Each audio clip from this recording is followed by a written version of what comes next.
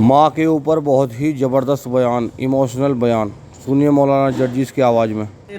मेरे भाइयों, ऐसे मौके पर इंसान पर सब्र नहीं होता है। सब्र करना बहुत मुश्किल काम है। इसलिए अल्लाह ताला ने कहा, नमाज तो तुम पढ़ ही लोगे, नमाज तो पढ़ना बहुत आसान काम है, लेकिन बेटे की बीमारी, माँ की और बाप की बीमारी सोच सुनकर तुम पे सब्र नहीं हो सकता है। इसलिए ऐसे मौके पर सब्र का दामन तुम्हें नहीं छोड़ना है। इस मौके पर सब्र के जरिए अल्लाह से मदद मांगो।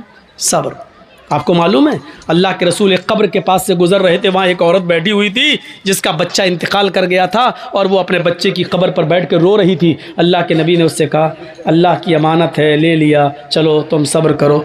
वो पहचान नहीं सकी कि ये अल्लाह के रसूल हैं। उसने क्या कहा, अरे चल जा यहाँ से।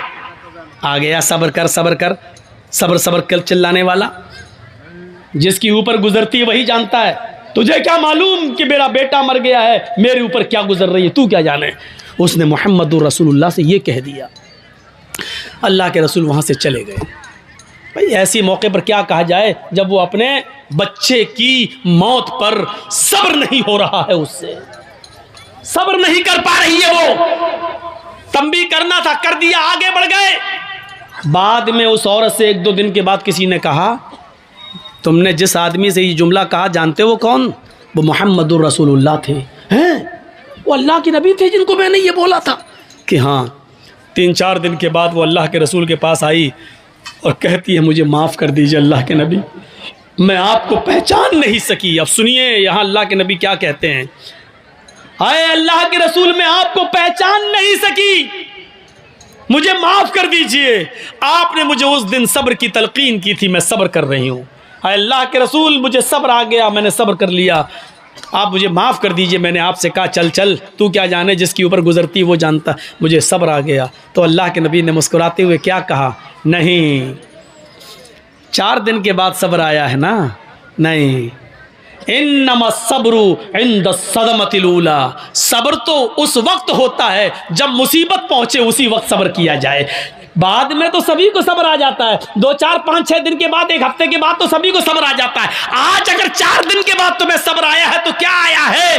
असल सब्र तो उस दिन था जिस दिन तुम्हारा बेटा मरा था और तुम अपने बेटे के कब्र के पास बैठकर रो रही थी और उस वक्त मैं कह रहा था सब्र करो। उस वक्त तुम सब्र करती तो तुम्हें अज्र मिलता, तुम्हें इनाम मिलता, तुम्हें अल्लाह के यहाँ सवाब दिया जाता। 4 दिन के बाद माफी मांग रही हो और कह रही हो क्या मुझे सब्र आ गया। आज सब्र का कोई बदला तुम्हें नहीं मिलेगा। सब्र तो वो है जो मुसीबत के वक्त आदमी करे, बाद में तो सभी को सब्र आ जाता है।